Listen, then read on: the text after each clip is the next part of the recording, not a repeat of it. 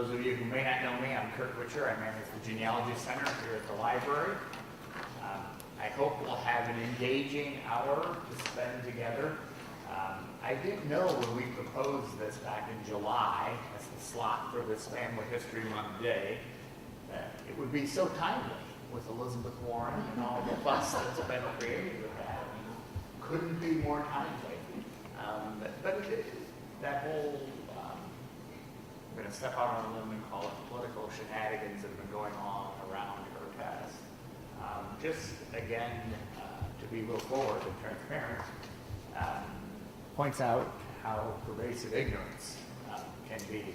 So I heard the commentator making fun of, I guess would be the right phrase, of the DNA specialist by saying that they tested against some Middle America, South Africa, or South American, and maybe Mexican DNA because they didn't have enough native people DNA. And that's so stupid. Why would anyone ever want to do that? It's like, well, I think that's projecting some of the ignorance there because native peoples, archaeological theory for years, if not millennia, when they came across the Bering Strait, came down through North America, Mesoamerica, South America. So yeah, it does make some sense. And 1/1064 or 1/9% or whatever, because it's a small percentage doesn't mean that it doesn't exist and that it should go away. So I found it all rather fascinating.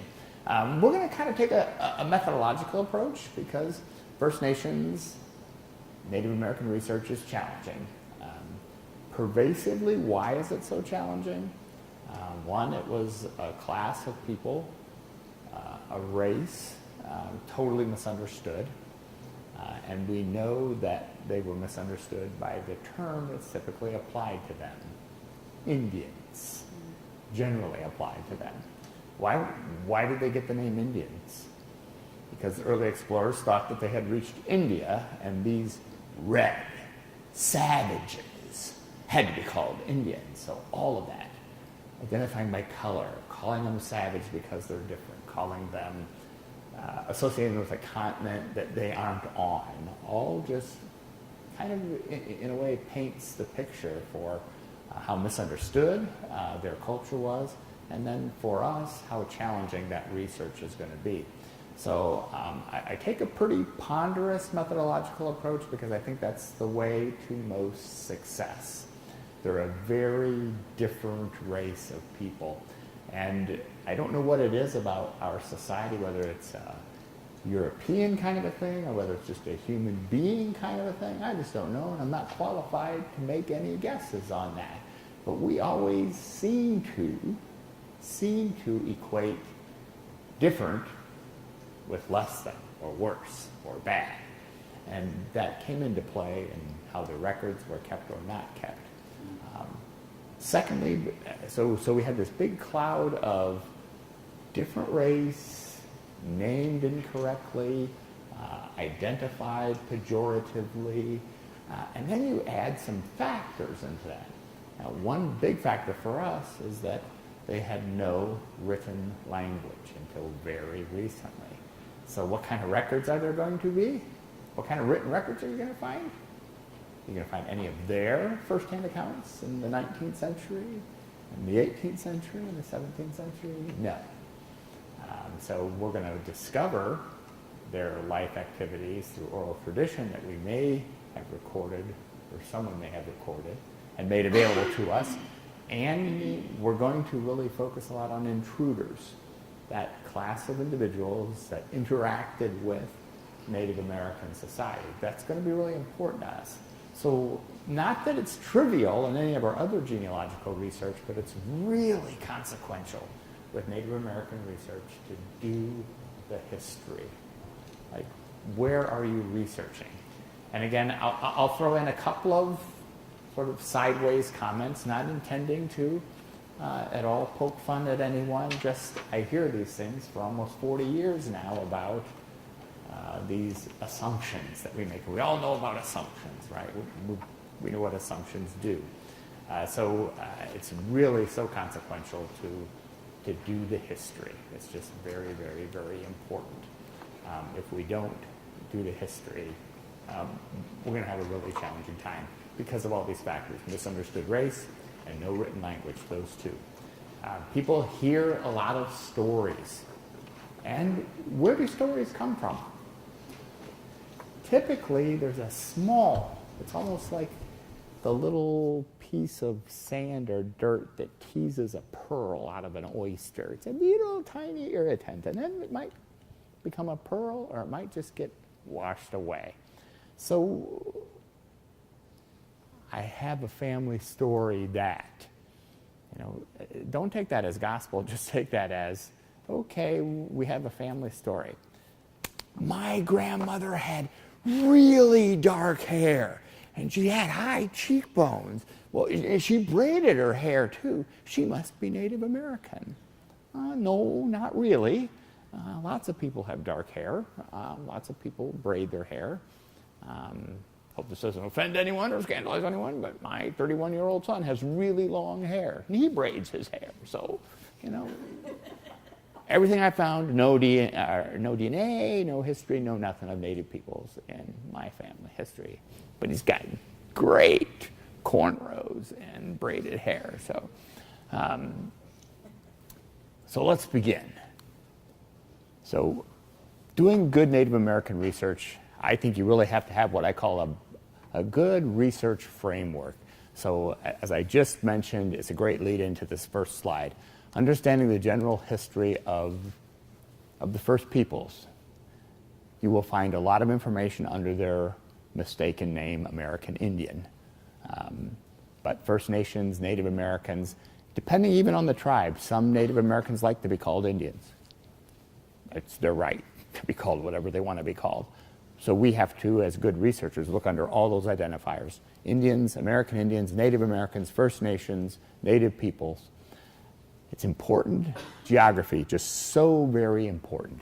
A very, very different people. We called them, we being our ancestors who were explorers, first settlers from Europe on this continent, we called them savage because we didn't understand them. We didn't understand their religion, and we'll go into a number of differences that impact us genealogically. So the whole idea of holism as a Native American life philosophy, that was pretty antithetical to the Judeo-Christian background that our families came from. So again, there's a reason why we need to be really careful and methodological and really know the history. I'm going to pound that all night long about knowing the history.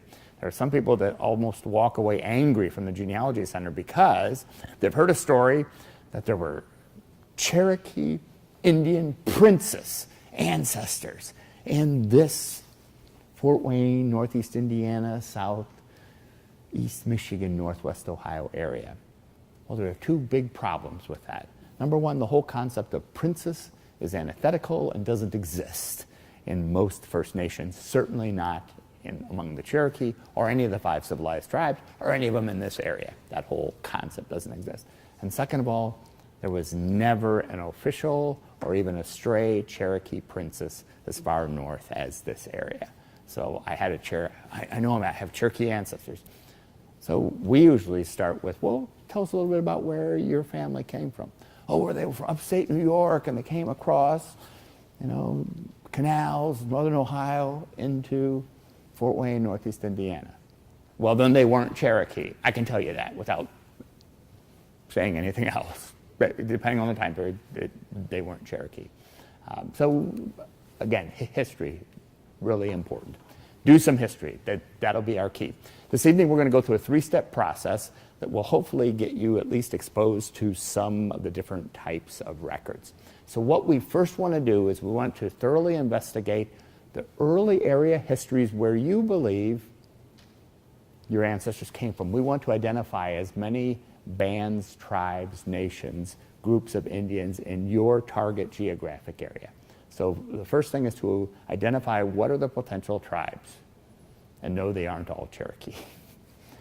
Secondly, once we've identified a potential tribe or tribes, we want to start really drilling deep for what kinds of records are extant for those tribes?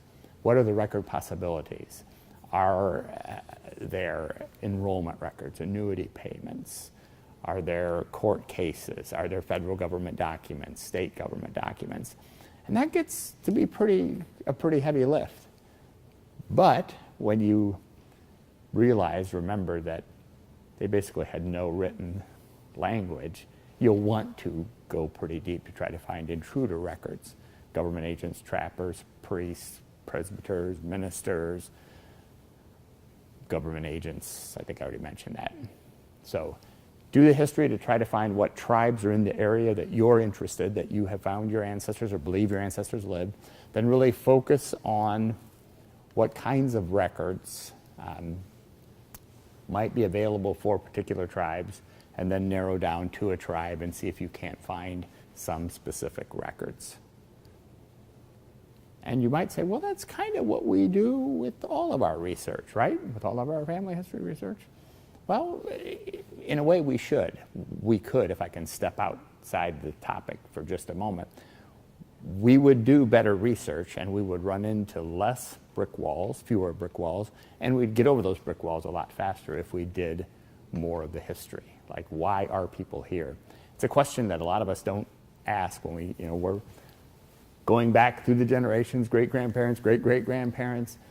Ever stop and ask, why are they here? Why did they choose this place? With my ancestors, for example, Jasper, Indiana. How many people know where Jasper, Indiana is at? I mean, it's a really bustling metropolis, the center of all civilization here in North America. Well, it's a really, really tiny German town.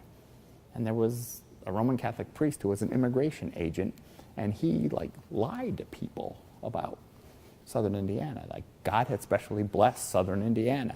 You just look at the land and crops would spring forth, and what he wanted was German-speaking Catholics, didn't care where they came from. That's consequential when you're trying to figure out, okay, where did my ancestors from Jasper, Indiana come from? It makes it a little more challenging, but it gives you some context. Native American research, really important. Know the geographic area to determine the tribe. That is as consequential as we can get. Gather data about the tribes to narrow the possibilities, and then study the tribe that you think is your target tribe, the one that you believe your ancestor descended from, and try to locate all the records. That's what we're going to try to do this evening. Tribes in an area, narrow the possibilities, and then look at some records. So step one, determining the tribe. And a lot of this is in your handout, so you can not give yourself writer's cramp. There's an amazing number of histories that have been published, some pretty, what I call thin histories. And what I mean by a thin history, it's one that doesn't have a bibliography and typically doesn't use any notes or citations. So it's thin because it's like, okay, was this a real researcher who did this? Or was it one of our fanciful ancestors sitting down and writing what they wanted to write? And it sounds a little silly, but there are histories that really have a larger percentage of assumptions and non-facts than facts. But we as genealogists, been my experience over 3 decades, that we oftentimes don't pay a whole lot of attention to material that's not record or name rich. We kind of ignore the histories. That will just bring your Native American research to a screeching halt if you ignore the histories. So if we don't use histories in our research, that's something we should get used to. The old ones and the new ones. Critically evaluate any oral traditions and family stories. Even though I made a small little joke about family history or family stories or family lore in the beginning, we should at least pay some attention to it. Like, is there a meaningful thread that we can find there? High cheekbones, braided hair, dark complexion, not so consequential, but a story about something that you might be able to say, I'm going to go check that out. If something happened that involved a trapper, a trader, a settler, disposition of land, an intermarriage, disposing of property upon a death, anything that might have a record attached to it. Sometimes in will records for late 19th century, early 20th century Native Americans, they'll list family members in their will, even ones that are not getting any property or not getting any part of the disposition. So critically evaluate those oral traditions. Study maps and atlases indicating native peoples in your area of research. And there are a lot of good ones and better ones all the time. I was playing around with this website, and I'll give it to you at the end. I wanted to bring it up, but they're having trouble with the website tonight, so it's not loading for some reason. I tried it on a number of different computers and even a different network, but it's a great website to at least play with. It's still in development, but maps can really help us out. So I just have some examples here of what you're going to, I believe, encounter if you take my advice to do a little bit of history. So this doesn't really matter what book this is, but 19th century histories of counties, of regions, of states will almost always, a few exceptions, but almost always have a section, if not a chapter, on native peoples. And there'll be a chapter that will list something like this. So in this particular area, which I believe is in our area, the Great Lakes area, it's starting to list the tribes: Miamis, Potawatomi, Shawnee, all part of the Algonquin sept or sect. What does that mean? If you don't know, you need to find out. So all those were part of the larger Algonquin nation. And remember, native peoples use nation a little differently than we in the European tradition use nation. And there are more Peorias, Kaskaskias, Weas, collectively known as the Illinois Indians. So just in this one couple paragraphs out of this history, you're getting some context, and you're getting, okay, these are the tribes that I might be wanting to record, so I can look for them in federal government documents, so I can look for them in any court cases. Where did you get that? I'd have to look at my notes. It really doesn't matter because I find it very interesting. yeah, about any county history or regional history, like the history of Northeast Indiana. If you look at the Allen County history, there's an entire section on native peoples. Most every history will have that. And I'm just using this as an example of this is the kind of information you can get. So look for it in your area of interest. Just more. Among the western tribes which held the Great Basin east of the Mississippi, none were greater than the Miamis. And it gives you some names, some different names, or phonetic representations of Miamis. Vast area from Detroit to the Ohio down. It just gives you some sort of physical boundaries. Lake near South Bend at Chicago's where the Weas were. So it's just kind of giving you a lot of geographic context. You might say, Kurt, who cares? Why do I care about this? Well, let's roll back to what we said. We need to find who the intruders are. So we need to find specifically where they're at so we can see who else is in that area that at the time that you believe or that you have researched that your native peoples might be there. Who might be there as well to interact with? And just more examples. Regrettably, and I can say that I guess, maybe we should say disappointingly, most of these county and regional histories almost never will identify individual native peoples. So don't expect that. What do we see in some of the mug books or county histories? We see the early settlers, we see the rich and famous, sometimes we see the infamous. Almost never do you find native names here. And we'll talk about native names in a moment, but there's an intruder in this area, 1763, gave an account of the present state of Indiana, and he mentions these people in his account. If we're really wanting to do a deep dive on this area, we'd want to see, are there papers in any university anywhere, library anywhere, that would tell us more about this Sir William Johnson, who he was, and what records he may have left behind. It could be a treasure trove. It could be, gosh darn, there really isn't anything, although little citations like this. Just more examples, history of Sarasota County, New York. Again, the county, some different information about what native peoples were doing there. some names of potential intruders. What kind of data do we seek in these general histories, county histories, etc.? Specific geographic locations.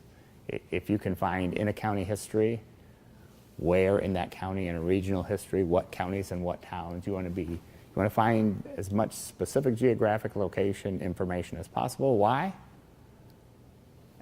Again, we're looking for intruders. Who else was there? European Americans, German Americans, Irish Americans, traders, trappers, presbyters, really important. Specific dates that place individuals in a particular location. So I'm looking for people in Northeast Allen County pre-statehood, pre-1816. How can I go about finding that? Events that might be evidenced in a document. Is there some kind of war going on? Is there some side of treaty, some settlement? Even though it can be monotonous reading, treaties between the United States government and Native peoples, there are many volumes of those. They're all online at a terrible site. I say that sort of in jest. It's the National Archive site, which is a terrible site. You actually can't get the National Archive site in libraries right now, and particularly not in our library, because large institution web servers don't act or interact right now with the Library of Congress's proxy server. So you have to do that at home, which is the craziest thing. It would only happen in a federal government entity, But as some of you who know me, I can be a little bit of a contrarian. So that just comes under the banner of your federal government hardly at work.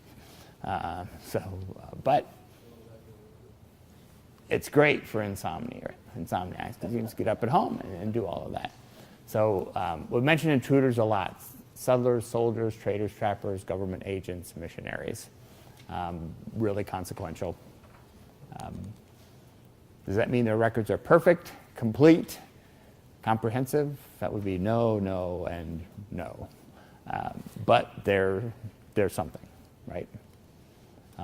And the records of all of those. Soldiers, trappers, traders really had robust, full-bodied records that have been well preserved over time, right? Not so much. Not so much. So challenges galore. But the one takeaway from this section is once you start looking, you'll find a lot of references to Native peoples in regional, county, local histories. Go after those. See what kind of detail they will provide. And then look for maps. Oh my goodness. Maps are sort of an untapped resource for genealogists, no matter what kind of research you're doing. And there are some great ones. If you're in this area, the Atlas of Great Lakes Indian History. It's now been out for quite a while. I believe it's officially out of print, but there's still all kinds of copies you can get on eBay. You can look for Adall is one of the large antiquarian sites. And this is stating the obvious. This is the northern Indiana area. Notice Potawatomi, Miami, Ottawa, Shawnee, Wyandotte, Seneca, all in this area. What's missing from this area? There's no Cherokee. Exactly. So darn. Even on this map, there's no Cherokee. But there are so many histories of Native peoples in state, regional, and county histories. And I've pulled some maps from all of those. We're going to spend just a few seconds more with this Great Lakes Atlas of Indian History. So they have representations that are really based on scholarly work that take Native peoples in the Great Lakes area from pre-country, this is 1768, all the way up into the early 1900s. So these are the general boundaries, and these are forts in the area. Why do we care what forts are in the area? It's that whole intruder thing again, right? The people in those forts, whether they're French, whether they're English, at the time, they're going to be the ones that likely will be interacting with those First Nations Native peoples. So it's going to be really consequential to know those forts and the nations they represented. You may need to look in French archives as well as English archives for pre-country or colonial time periods. Can't see the date too well, but this is 72 to 81, basically the time of the American Revolution. Look at all the forts and settlements in this Great Lakes area. Here we are over here, Fort Kikianga. This is Ohio, southern Michigan. A lot of possibilities of intruders, and it's worth exploring. Expeditions during the same Revolutionary War time period, the paths. Why do we care about expeditions in the area? At the risk of being redundant, intruders, records. So around the War of 1812 time period, again, Fort Wayne, Fort Kikianga is over here, southern Michigan, a lot of Ohio over here. Look at all these forts. Those are all possibilities for records. It's a heavy lift to go after the records of the soldiers and occupants of those forts. And you'll be disappointed more than you will be excited, meaning you'll go after records from a particular fort and there won't be any extant. One little side comment, you probably all have discovered this in your research. It seems almost comical, almost antithetical to what we would expect, maybe. But we're discovering older documents, like centuries-old documents, all the time. Like, this record never exists. Oh, wait a minute. Here it is, buried in some state archive, in some church archive, in some university archive. Just this month, they discovered 13 missing pages from some state's 1880 federal census record that haven't been part of Ancestry, Family Search, haven't been on microfilm. So, I mean, we're finding records all the time. The sobering part of that, just as a small aside, is we haven't done a very good job managing our records, and we're still not doing a good job as a society managing our records. But there's hope in that as interns, as there's more interest in history and local history and genealogy, more of these records are going to be unearthed. I have an hypothesis that most state archives, there's at least 20%, that 80-20 rule, at least 20% of their collection, they have no idea what it is or that they own it. And that's not just picking on Indiana, that's every state archive. When they're talking about the Civil War and pension records. There's no Confederate pension records. I don't know what happened to them. We know those Confederate states paid pension records. We know we made payments to Native peoples, but all those records are gone. Well, all those records may be gone, or they may just be undiscovered. And I think there's a higher percentage than we'd like to think that are just undiscovered. Just more examples of this great atlas from the Great Lakes area, all these tribes and forts. It's a little later time period, 1830, distribution of Indian and white settlements. Still no Cherokee in evidence here, but some of the boundaries have changed a bit. Just looking at other texts, this is called Race and the Cherokee Nation. So some Cherokees did make it as far as Kentucky, but the Ohio River was kind of their boundary. But they're mostly down here in Georgia, Tennessee, and we can use other maps from this particular book, and you can see Cherokee Nation, Creek, Chickasaw, and Choctaw, the 5 civilized tribes. You can do a deep dive. A lot has been written on the 5 civilized tribes, and you can use the bibliography of those books to actually have a shot at finding other records. Just more examples of maps. How the various tribes got to the Oklahoma Indian Territory. Oftentimes that's important if you had an ancestor that you think was a native person during a time period when the tribe was on a trail of tears. And we know about the Trail of Tears, but there were several trails of tears, even one out of Indiana to the Oklahoma Territory. So the Cherokee Trail of Tears gets the biggest, banner, gets the biggest, most attention, but again, it's quite possible that we may have native blood in our family based on these native peoples being on the move through an area where our ancestors lived. One small thing, and it's hard to put all this into an hour, and I apologize if it sounds a little unorganized, but these thoughts just come to my mind, and they're really consequential, I think. I hope you do too. So the federal government, for most of its interaction with Native peoples after we became a country, it was like, we're here, we're in charge, you're going to have to become like us. Yeah, I know, you're different religion, you're nomadic, you don't settle down, but, so what's the big word? Assimilate, assimilate, assimilate, assimilate, assimilate. It was just pounded in them, assimilate, assimilate, assimilate. So along the Trail of Tears, if they were uneasy and unhappy, or got advance notice about how terrible it was going to be where they were going, there was no reason to keep your Creekness or your Chickasawness. And there was every reason, because you're supposed to assimilate, assimilate, assimilate. You find a place you like, you find some people that you can tolerate, or you say, I'm going to hop off the trail here, and I'm going to assimilate, right? And then around the turn of the 20th century, the federal government said, okay, all you who are still part of native tribes, we're going to take sort of a final census, a final enumeration, and only people that are on this enumeration are going to be the ones that are entitled to annuity payments, treaty payments. So it's sort of like this double switch. Like assimilate, assimilate, assimilate. Okay, now that most of you have assimilated, the rest of you, you're going to be the ones that are qualified to receive payments. And so a lot of court cases have grown up around that. Wait a minute. There's a book that was written by Kent Carter about the 5 civilized tribes and that whole Dawes Commission, and how, for lack of a better word, a more succinct word, how corrupt the whole thing was. And he goes into a little bit of detail about assimilate, assimilate, assimilate. Oh, just kidding. You just assimilated yourself out of some benefits that you might have received. And I'm painting with a little bit of a broad brush there. But that's, if we're looking for our native ancestors, that's kind of what, we're going to be inside of that story, looking for documents and looking for evidence of people. Just more great maps.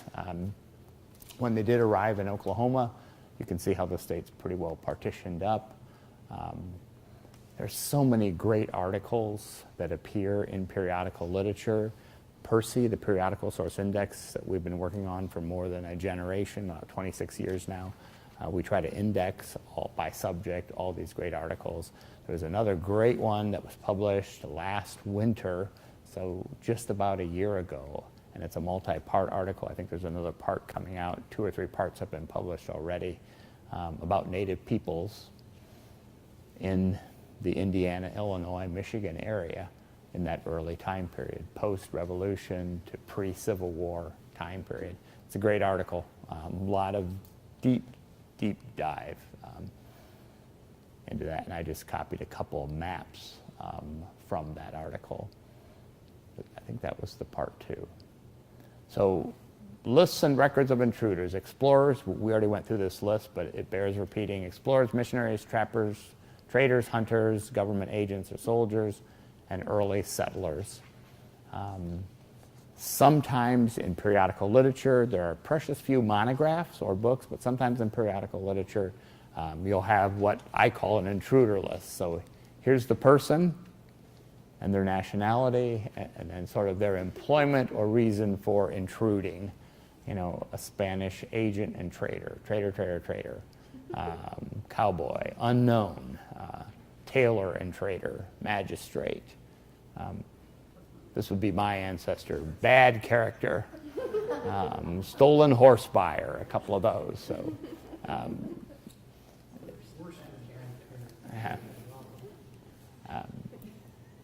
what we should all be concerned about as researchers is many publications are devoid of what? I mentioned it earlier. Citations, right? The bibliography or notes that tell you, okay, where did we get this obviously typed up list? Where did this list come from? And how did, for me as a researcher, and I'm sure, I hope it is for you, it's glaring when you have a list together with no source or no citation, and you have individuals on there, and a key thing, that last column on the right, is unknown. It's like, whoa, so where did that name come from? How did that unknown get on this list? I mean, we have their name, but why are they there exactly? Well, we don't know. So our research posture: intruders, general data, timelines, maps, narratives, and bibliographies. Those 6 bullet points really are a tall order, and no, it's not my intention to make your research go well beyond your lifespan. But it will take some time to really find some general data on the area that you're interested in geographically. What native peoples were there, their intruders. Look at timelines. When were the native tribes there? When were the European Americans there? Bibliographies. As I think I've said to a number of you in the past, I'm a citation analysis nut. I love bibliographies and notes and footnotes. But here with native peoples research, it's really important because that's going to get us into manuscript collections that we may not know about, other resources that aren't going to be obvious. Does that make sense? So I took 35 minutes for our first step. We got 2 more steps. No, we won't be here for 90 minutes, but it seems like a heavy lift, and it is. It is a heavy lift. So we want to then intensely study the tribe. So once you've narrowed it down to a tribe that's in the area, the geographic area, during a time period that you've kind of proven your family back into that area and that time period, never want to lose the thread on those intruders. So identify and study all the intruders, like what forts were in Fort Wayne. Were they English forts? Were they French forts? What forts were close that you saw on the map how big of a territory, even the small-looking territories, how big of a territory Potawatomi was and Miami was. There are dozens of forts in that area. So don't just pick the easy one, pick all of them, because that's where you're going to find the most information, obviously. A second thing, as you're really focusing on a particular tribe and you're trying to find records, as you're looking through general histories, anthropological histories, ethnohistories for a particular tribe, see if you can pick up something about their kinship relationships, kinship terms, if you will, and naming patterns. Some confederacies, organized groups of bands or tribes, had very specific marriage patterns. The 5 civilized tribes had bands inside those tribes, and they married different bands of different tribes. So the details don't matter, but let's say the Choctaw had 6 bands, and they were called bear, rabbit, turtle, squirrel, and lion. And then the Creek had those same 6 bands, and a bear of the Choctaw couldn't marry a bear of the Creek, but they had to marry some other band. But the whole idea of marrying bands in different tribes, what does that do? And I may have that backwards. Maybe they had to marry the band in there. But the idea was, through marriage, they were linking their tribes together, their different tribes together. So are you going to take up arms against your family? Well, we did in the Civil War. We know that. But generally speaking, it creates closer ties. Not all Native peoples did that, certainly, but knowing for your particular tribe, what were their patterns for marriage? And the kinship terms, most Native peoples don't carry our kinship terms: mother, father, brother, sister, son, daughter, aunt, uncle, the same as we do. A lot of Native peoples of the same generation, so we would call it our mother and her aunts. And a lot of Native peoples, they have no aunt or uncle because all the mothers, in other words, using me as an example, my mother and her 2 sisters, I would call, in the European tradition, my mother and her 2 aunts. If I was Native American, depending on the tribe, all 3, my mother and her 2 aunts, would be mother to me. And my aunts, 3 children and 4 children, would all be brother and sister to me. So the whole cousin thing doesn't exist in the same way, sometimes not at all.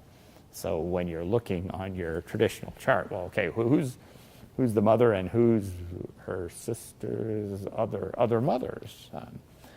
And that can be distracting. And you won't find a nice lineup of these people descended from these people. It's these children of these mothers. That can be, again, distracting in your research. We'll get into it in a moment, but it's a good time to mention it here. Names don't have the same meaning, if you will, in native tribes as they do in European American tribes. So what does our name do for us? One, I'm going to paint with a little bit of a broad brush, but it establishes our unique identity, and that's typically our first name. But oftentimes we take first names from previous generations, right? So I'm named after my grandfather or my great-grandfather. What does our surname represent? You know, I belong to this family, right? So how did I come up with Witcher? Well, that was my father's name and his father's name and his father's name, etc. With native peoples, the surname is uncommon. Like, we're not trying to keep people together in family groups. The tribe, that's what I meant with that first slide, holism. We really need to think differently. It's sort of about the tribe, that's sort of your family. And your name that identifies you, my name's Kurt, Karen. Your name can and often will change several times in your life. So you have one name when you're born. A lot of people, when they went through puberty, had another name. Something bad happened to them, they had another name. Something good happened to them, they had another name. And sometimes their names, like an accordion, would expand with titles, contract. And sometimes pieces of the expanded name would show up as a name in official records. And then because they didn't have a written tradition, how would they know how to spell their names? They didn't. The intruders spelled their names. Well, how do you think they spelled their names? Sound. Exactly, sound. You're exactly right, phonetically. So you can look at a treaty, and that's why it's always a good defense, even if you're not doing it. This is a great defense. You know, back in the microfilm days, we were looking through microfilm and the terrible writing, genealogists would mutter to themselves, and people thought, well, these people, I always thought they were nuts, but now I know they're nuts. They're muttering to themselves. But we often did that because just quietly we could, something that didn't look like the name, if we said it, it's like, oh, that's kind of close phonetically. That sounds like this other name. A great example is the German surname T-S-C-H-U-D-Y. How do you pronounce that? T-S-C-H-U-D-Y. Judy. Judy. Said real fast, sounds like Judy, doesn't it? So instead of finding your surname in the T's, it's really up in the J's, under Judy, because that's how they heard it. Well, the same thing applies with native peoples. They're telling you their name, kind of, sort of, maybe, if they understand what you're asking them. And the intruder is writing down what he hears. And everyone hears differently. So sometimes, and we'll see an example of this, a native person's name will be spelled differently on the same treaty by the same person who's supposedly documenting that. So study notes and bibliographies, pay particular attention to the narrator's point of view. People are really harsh in the 19th century, the 1800s, about their appraisal, if you will, their evaluation of native peoples. They're always less than, they're always lesser educated, less sophisticated, and they use some pretty pejorative terms in their writing. Public libraries, state libraries, county and state historical societies, that's really, that has to be the core of where you're going to look virtually online. And if you have the opportunity to go and use their manuscript collections because they're not available online, that's the core of where you're going to find a lot of information about specific tribes. Determine where your tribe of interest originally lived, where they migrated, where they finally settled in the 20th century. Locate firsthand accounts. Really difficult third bullet point, identifying government officials. But you can get sort of to them through a side door, and that's looking for state government documents and federal government documents. We talked about naming patterns. And then find the Bureau of Indian Affairs. Their website sort of kind of works right now, but it's a federal government website, so you'll find in institutions a little bit of lag, but again, it's a great insomnia buster for you when you're connecting through your Verizon Fios connection. Bureau of Indian Affairs, you need to engage them virtually and maybe actually to help you with your research. They're a little challenging to deal with because they're hit so hard with people that come with what I would call really surface or thin data. You want to contact the Bureau of Indian Affairs and they want the Bureau of Indian Affairs to do research for you to prove that you have a Cherokee Indian princess. And they've heard all kinds of things. And so it's, as we know with a lot of our research, it's better to engage even libraries, archives, certainly federal agencies, with as specific of a query as possible, contexted with an appropriate amount of data. So they kind of know that you know what you're talking about and what you're looking for, and you're not on a fishing expedition. The Bureau of Indian Affairs gets all kinds of fishing expedition type questions. And what do I mean by that? Oh gosh, my daughter, she's a junior. We're doing college visits. I heard that if I can prove Native American blood, she'll get reduced or free tuition. And yes, that is true for most tribes. But you're not the first one that's thought of that or decided to go down that trail. For every valid person, I would guess there's 10,000 people that just want to find something that will get tuition reduction. We notice an uptick every spring, and when it doesn't fall in the spring, it's like, oh, this is a late summer. All we need to do is go to a government website that tells what kinds of things the federal government is active in right now. And if they're making a final annuity payment, or they're making a final tribal treaty payment, oh, that's what's driving this. It came out in some news feed that, this particular tribe, the federal government's making a final payment to this, so I'm sure I'm related because, well, my grandma has really dark hair, and she braided it, and high cheekbones,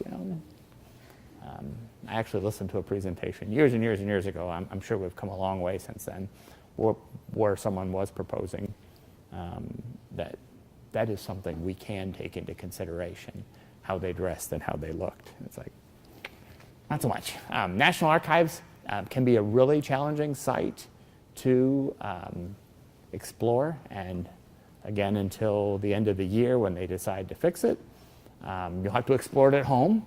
But it's worth your while because it's a federal agency and they have a special section on their website devoted to American Indian research. That's what they call it, American Indian research. So some firsthand accounts. This is the most famous one. It's 20 volumes, Jesuit Relations and Allied Documents. It covers a lot of Canada. The exciting thing is that there's 20 volumes. The challenging thing is almost no names. And very general descriptions. I have a couple of examples. This is some of the narrative, and of course you see that wonderful word, savages. So a lot of ethnocentric verbiage and language being used. They do identify priests. Wouldn't it be wonderful if they named the 52 people that they baptized at that place? But no, they're usually just 52 people, or if any specificity is given to them, they're 52 savages that were baptized in that area. Unfortunate, but it's a sign of the times. Baptized 212 savages, among them being more than 70 children. So they saved those souls early in life. So again, just remembering context. But what does this work tell us? There were Jesuits very active in that area. And yes, these 20 volumes got published. As a researcher, I'm thinking, what documentation went into the publication of these 20 volumes? And it can't possibly be all, probably not even half, of what they collected information-wise, writings, etc. So it's worth taking a look.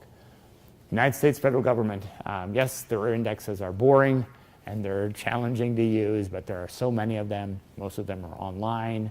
A good number of them you can get through things like WorldCat, that I hope some of you are using to identify other types of publications. But the United States serial set, it's like every act of Congress is in the United States serial set. A good amount of this is on the Library of Congress's website as a publication of the government. So it's worth taking a look.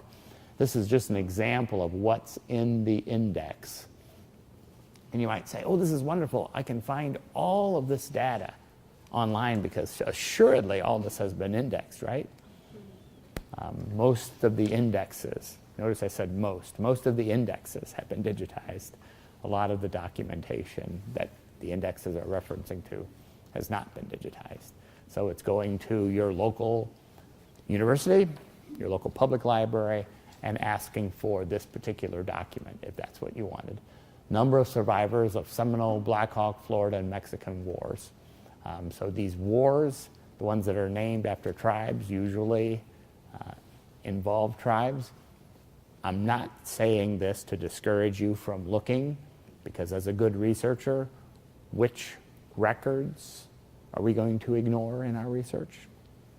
None. We're going to look for them all. Usually, as we saw with the Jesuit allied documents, these are not going to give names. So why look? Well, because they might give a name or two, and they might give you another intruder, a specific name of intruder. And from that, you can use, I'm going to throw some alphabet at you. You can use NUTMUC, the National Union Catalog of Manuscript Collections, to see if that intruder's manuscript collection has popped up anywhere at a university. You can use WorldCat to see if there's any other type of work available. There's another free online source called Archive Grid. It's an OCLC, so it's like WorldCat. It's like NUTMUC, but it more specifically goes after holdings in archives, so you can look for your intruder in those records. But it's worth going after. There are a number of federal government documents, though, that have been digitized, and usually they're the earlier ones. So here's the Secretary of the Interior is making a report about a visit from an intruder, the Seminole Indians in Florida.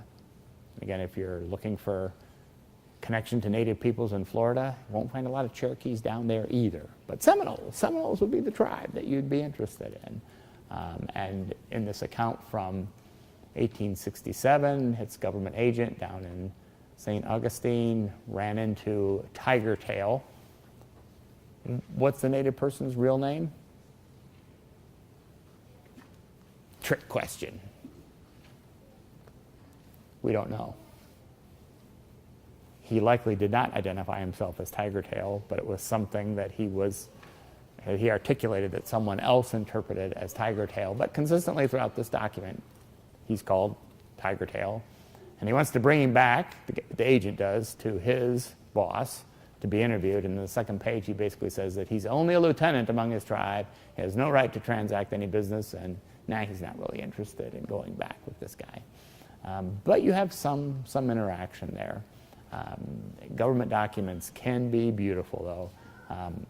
I know I'm teasing you a little bit, and I would almost apologize for that, but this needs to whet your appetite to continue looking for them. So Negroes, etc., captured from Indians in Florida. So the Secretary of War, a letter from the Secretary of War. And again, I like this because why would we look in, like, the Secretary of War for records of historical consequence? Well, I've said it maybe 2 or 3 dozen times now tonight. Intruders, military. Here's the name of the African-American slave, their age, their sex. Here are the, oops, too fast. Here are the owners' names, and then the remarks that relate these African-Americans into kinship groups. Wife of Ned, child of Maria, from over here. So not only is this a great record for native peoples, but it's also a great record for people doing slave research in Florida, because it's grouping not a whole lot of specificity in the names, but you are getting family groups there. Ditto, same as above. So these particular African Americans, these 4 were owned by this Indian. She owned those, etc. More government documents, treaties. It's good to read treaties to see what the possibilities are, and what kind of possibilities are we looking for, what kind of payments were going to be made, when the payments were going to be made, who was in charge of the payments, and what was the schedule of the payments. Because all those are possibilities of having more intruders, but also possibly getting a list of native peoples. Even though they're really boring to read, I mean, I don't think they're boring, but one could feel that they're boring. It's kind of government ease language, but there's great information in them, just absolutely great information. Article 6 of this particular treaty, the president shall appoint a board of visitors. Wow. What's the first question that pops into our mind? Who are those visitors, and where can I get a list? Not less than 2, nor more than 3 persons to be selected from such Christian denominations as he may designate, whose duty it shall be to attend all annuity payments of the said Chippewa Indians, to inspect their field and other improvements, and to report annually on them. If this is my area and my tribe, I need to find those visitor records. The disappointing reality is maybe not a lot of those records survive, but we won't know unless we look for those records. There really isn't an inconsequential part of a treaty, because it's laying out all the terms. And if the terms generate records, we're kind of in heaven, right? And it's like, yes, some more resources to check. And then here's all the signatories. Notice the common denominator in all of these, his mark, X, his X mark. So he didn't write his name, didn't sign his name. So you have a lot of phonetic things going on. At the Library of Congress's website, Century of Lawmaking, American State Papers, U.S. Serial Set. As a part of the American State Papers, Section 2 is Indian Affairs. Tremendous amount of information there. Not the specificity we long for, but to paint context. And this is just an example of thousands upon thousands of bills that affected particular tribes. Names and naming pattern, we kind of touched on this, the difference between a native name and an English name. They don't use the same given name, surname pattern that we do. They don't preserve ancestral ties. It's all about them. Names are significant for a particular person in a specific place and time, and the names change. So just a little bit more about names. So Mike Swims Under, also known as Many Stars. How would you ever relate those two names if you saw them separately? You wouldn't. And we think very Euro-American, so of course Swims Under our stars has to be somewhere in his mother or father's name, right? No, it's Swims Under, also known as Chief Bird, also known as Last Tail Feather. And all those are names that were assigned to him by an intruder, right? Based on information that we hope the intruder interpreted correctly, heard, etc. from the native person. And his mother was known as Mink Woman. That's kind of an interesting looking family group sheet, isn't it? It's not one like we typically see. And these are just more examples. Black bear, closed hand, fist, crippled hand, hump nose, Roman nose, hump. Some of these make some sense. Lame white man and bad-hearted wolf. I don't know how you'd ever relate even the phonetic representation of that. Some of these make sense. Touch the Clouds, that was a 7-foot war chief. Historically, it was a young man afraid of his horses, might be misinterpreted, could be shortened up. Howling in the Night, just an example that an intruder gave of the name that they gave to a person. And why did they give the person that name? There was a wolf howling when the person was born. Is that name going to stick their entire life? Almost assuredly not. So big challenge. Seen by the Nation, there's actually several documents where the intruder wrote Seen by the Nation for the wife of Sitting Bull, because he was important, she was important. All these, one person had all of these names. And yeah, there's some relationship between some of the names, but not a whole lot. Just some final thoughts on names. Same treaty, right? One spelling, different spelling. Same treaty, one spelling, different spelling. In that case, I'm sorry? Phonetically, it's similar. Yes, yeah, phonetically it makes sense. And all that's by way of saying when we're looking at names and evaluating names, it's like, yeah, we need to mumble to ourselves, remembering that people may think we're crazy for doing that. The challenge of kinship terms, this was an Iroquois example, and I already said this. Mother and her sisters are all described as mother to their children. Children of mother and sister are known as brothers and sisters to each other. So the whole cousin thing. They don't have to worry about first cousin twice removed, second cousin 3 times removed, because it's a whole different lineup. Bureau of Indian Affairs. For every tribe, there is a department, a branch office that serves that particular tribe. The records of the BIA, Bureau of Indian Affairs, may include enrollment records, allotment, land records, probate records. Those are your big 4, huge, really important records. Once you identified a tribe, and getting access to these records to see if the name that you believe is your ancestor, the phonetic representation of the name that you believe is your ancestor. It's way better to query the Bureau of Indian Affairs before you query the tribal office. Why might you think that's the case? It really came home to me. In a previous life, when I thought I wanted to be a teacher, I actually taught a semester at St. Catherine's Indian School in Santa Fe. And this wasn't like in the ancient times. I know I'm pretty ancient, but this wasn't like in the ancient times. This was like, and just beyond mid-20th century. And at that time, the Zuni, the Pueblo, and the Santa Clara, who all fed children into St. Catherine's Indian School, I don't want to use the term casually, but they really kind of still despised us, European Americans. And we think all that stuff happened long time ago. And it's like, why do I make this point?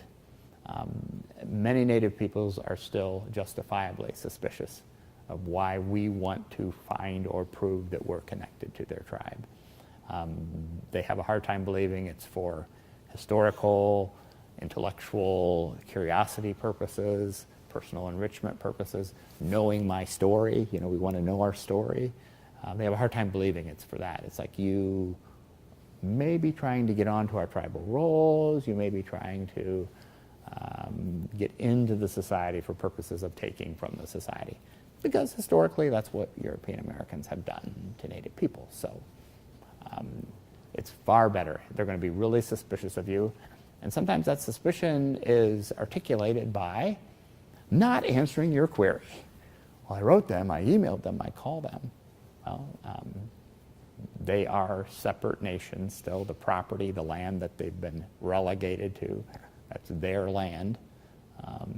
You're on a reservation, you can call whatever federal agency you want to, but it's the chief and the tribal officers that have final say over what happens to you if you get into some trouble. It's not any federal agency or state agency. So Bureau of Indian Affairs, contact them before you even think about tribal office. National Archives and Records Administration, explore the site. It's a little bit challenging, but you can do that from home. Hopefully someday again you'll be able to do it from the library. Just all kinds of great links just to get some background and see what information is available there. Please don't think that everything that they list under a particular button or on their site is all that they have. They too are still struggling to get all of their collection even listed, let alone what I call under control.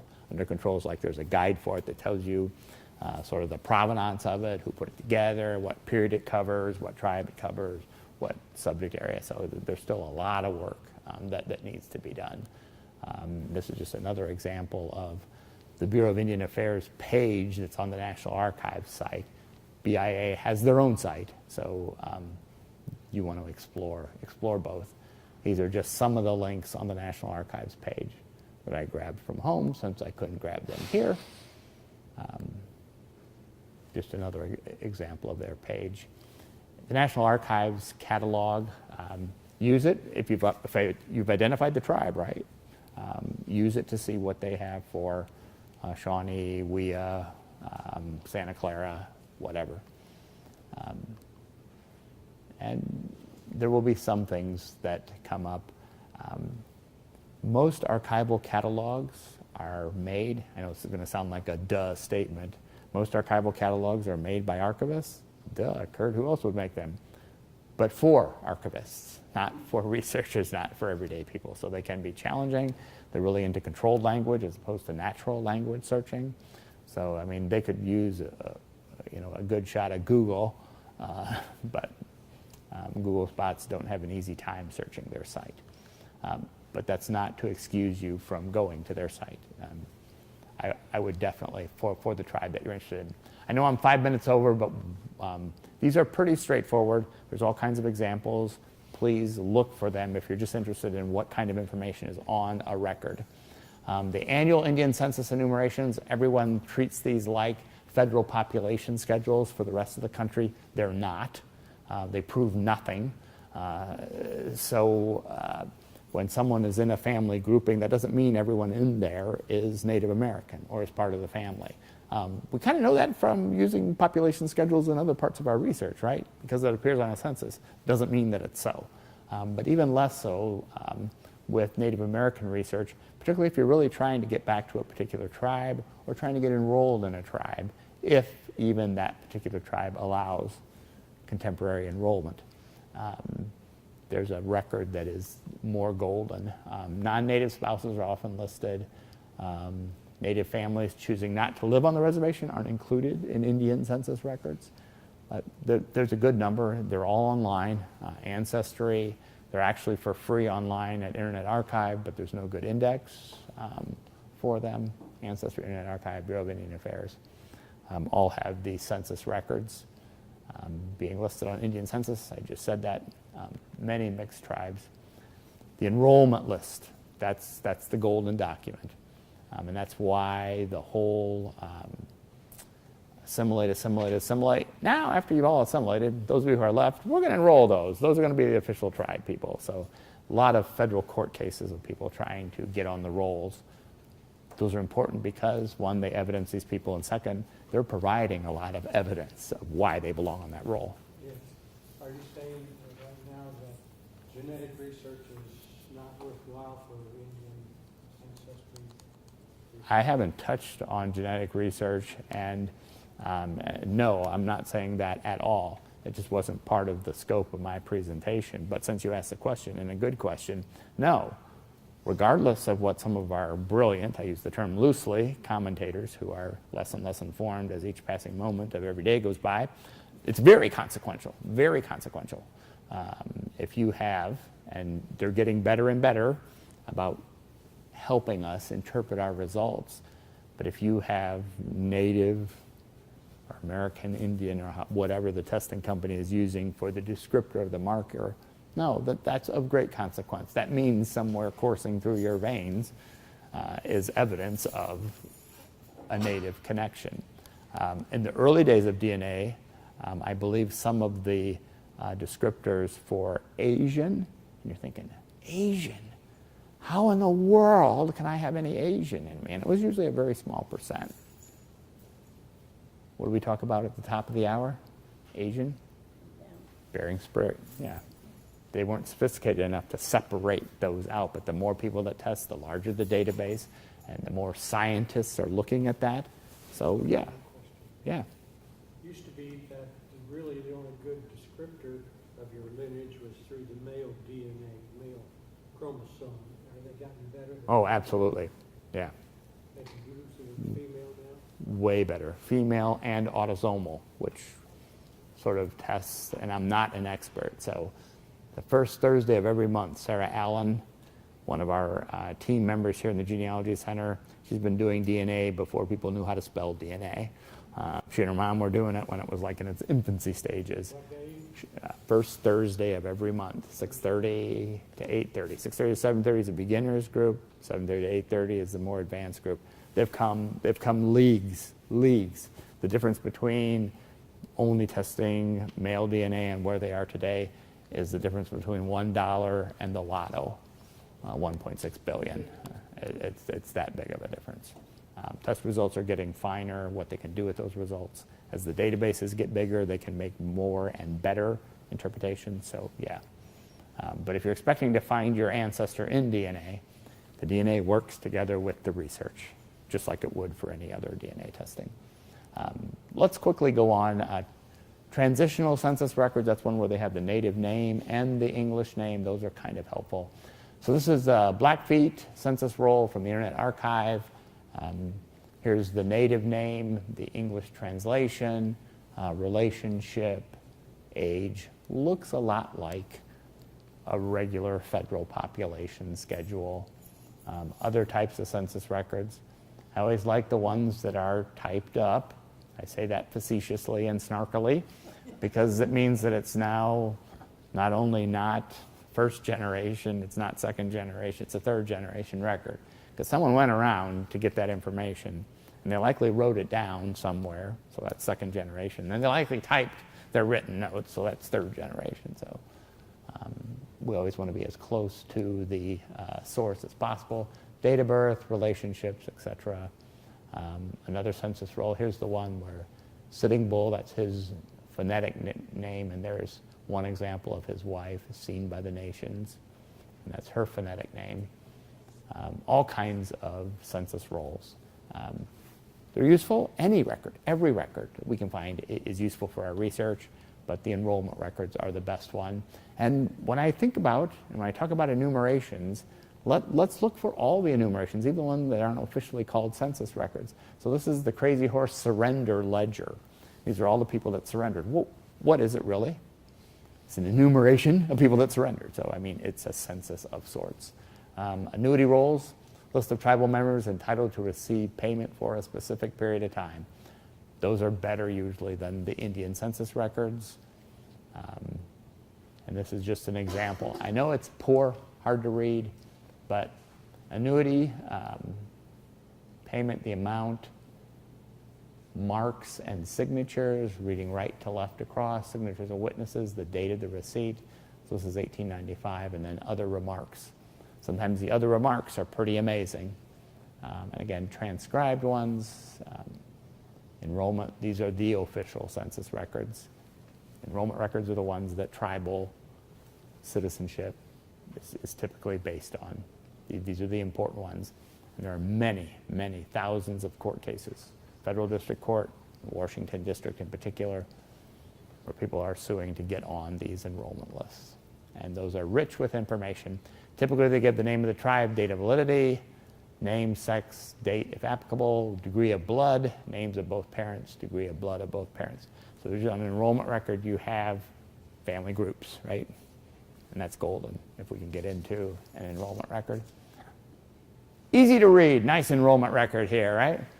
So what's nice about a lot of enrollment records is they try to marry together a number of different data sources. So on this particular enrollment record, oops, I hit the button too much here. It's including census of 1854, 1880, and 1881. So it's giving you the reference number where you can find this same individual or family on those. Here's the name of the person, relationship, age, sex, and then name of the ancestor originally spelled on the 1854 census, and then right to left across. Residence, remarks. Look at some of these remarks. Pretty robust groupings of individuals. Have they all existed from all time? Who knows? Who knows? Allotment records, the sort of heirship records. When a laddie dies, the ownership of land is passed on to his heirs. They all have to be listed, and they all have to agree what goes on, what happens to that land, how that land is disposed of. All the heirs had to agree. Wasn't it nice that they applied the same rules to European society as they did to Native society?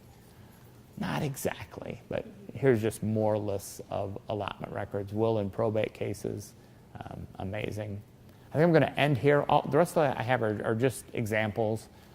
So in the title abstract for Marjorie Graham's property, which some of you know Marjorie Graham. Part of that title abstract has a transcription, and we know transcriptions are filled with errors, but has the transcription of the will of Richardville, Chief Richardville. And, there's his daughter, wife. We've all seen wills. Sometimes we can back into some Native American names, data, contexting information by, again, being thorough researchers. We're in this place, we're at this time. What all can we find that will give us data? And it's a fairly long transcribed will. Secondary sources that can lead us to primary sources, and I truly will stop here. The rest of the examples are Indian school examples. As they were trying to assimilate these savage people, oftentimes they would send them to schools, industrial schools. There were certain schools that would typically instruct, cater to particular tribes. In those schools, you have lists of students and who their parents are and what their home address was. And you can start with that and kind of grow into a bigger data set. Questions? I know I went on a little longer than I thought I would. You've been very kind and patient with me and your time. Questions?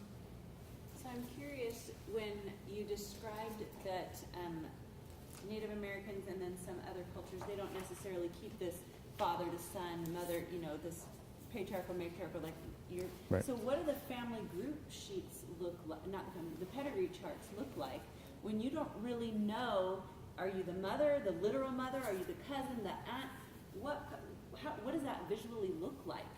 And at what point can you no longer find out the actual parentage? Is there a point where the Indian, that tribe themselves, what would their records be like? Do you understand my question? I do. It's kind of wide. Right. And I don't have a particularly good answer. The good answer is soon it doesn't look like our traditional family group sheet or ancestor chart. And when do the records tail off? Well, since there really aren't any written native records, it's all through intruders, they tail off pretty quickly. So pre-colonial time period, when there weren't forts in the Great Lakes area, Great Plains, it's even later, Southwest, even later, if you can get into some early Spanish explorer records, that's a heavy lift. So typically you don't have the advantage, if I can call it that, of going back into the 1600s and the 1500s because there's no intruder there. There's no record other than what you might find left as the North American version of a hieroglyphic or a painting or something. And some of those, may not be justifiably or authentically attributable to a tribe. It's just found in the area and people make assumptions. A lot of people are satisfied, if I can use that word, that they have gotten documentation that they can really academically and justifiably represent that through these people, I believe I'm a Wea, a Shawnee, a Potawatomi. But as far as going back, again, to the 1700s. I've heard in Africa, there's genealogists going in there and collecting the oral histories of these tribe leaders who, they are the repository orally. Right. Is something like that happening with Native Americans? Are people going in and documenting? Is there like a person who carries their oral history like in African tribes? Great question, and I don't believe there is as robust of a program as that. I think there are people who are running oral history programs among the tribes. The best way is to get the tribe or the band bought into doing oral histories. I think I may emphasize it too much, but I think most people de-emphasize it too much. Amongst many Native peoples today, 2018, there's a pretty understandable and justifiable and wholesale distrust of us. So as recently as the 20th century, Pamela Sandstrom and her husband, some of you may know that name, her husband was an archaeologist out at IPFW, now PFW, And every other year they would go down and spend months at a tribe, a native tribe, I believe it was in Mesoamerica, just south of Mexico. And it took them years just to build up a rapport. Tell me about you. So tell me about your earliest, and tell me a story about the generation before you. It took them years to catalog and get those stories. I'm not sure there's an as aggressive program for any of the First Nations here in North America. Not sure I can really hypothesize about the reason why, other to say that there may not be a level of trust or a level of interest on either side. But that's just a hypothesis. It would be golden. It's what should be done, like right now. Like we should all go out and say, okay, I'll start working the rest of my life on building a rapport with this particular band. Then who in the Native American structure makes the final decision about the person being put on the enrollment list or becoming an official Native American? Is Yeah. that the tribal leaders, the councils? Who finally makes that decision? Great question, for which I have a rather thin or poor answer, and that is it depends. So some of the enrollment can be governed by the final payment or a treaty with the federal government. Like, this is how we as a tribe can add more individuals. More often, it's the tribe itself. So their council, or maybe their council, puts all that responsibility in the leader or a group of leaders. It's very tribe specific, and I think sometimes treaty or a relationship with the federal government, since the federal government is making those payments, might come into play. But it's a great question. I'm not very authoritative on that, but it's very tribe specific. Yeah, not meaning to read too much into this, and I'm desperately in search of the 26th hour of the day to research this, but recall a couple of years ago when the Miami Indian Nation of Oklahoma established an office here in Allen County. Yeah, they did. And they were, and I don't want to speak on their behalf, and I think it's extremely understandable. They didn't want any fanfare, and in the most polite and acceptable ways, they basically messaged, and I'm paraphrasing, "We're not here for you. We're here for the Miami, who are, we believe, a part of our tribe that didn't relocate to Oklahoma, and we're here to help the Miami. No, we're not going to help you with your genealogy. You know, you need to go through the main Oklahoma tribe." What's really fascinating, and I know that this is a little bit beyond or outside of our subject, so the Miami Indians, they're on maps. There are treaties, federal government treaties with Miami. And in 2018, and it's not a new thing, it's been going on for generations. So they're not, let me emphasize again, they're not a federally recognized tribe. What? You have treaties with them. You remove them. They have a place in Oklahoma where Indian reservations are, but you haven't federally recognized them. What exactly does that mean? And there's all kinds of reasons that we could explore for that. But all that's a tortured way of saying Native people's research is really challenging.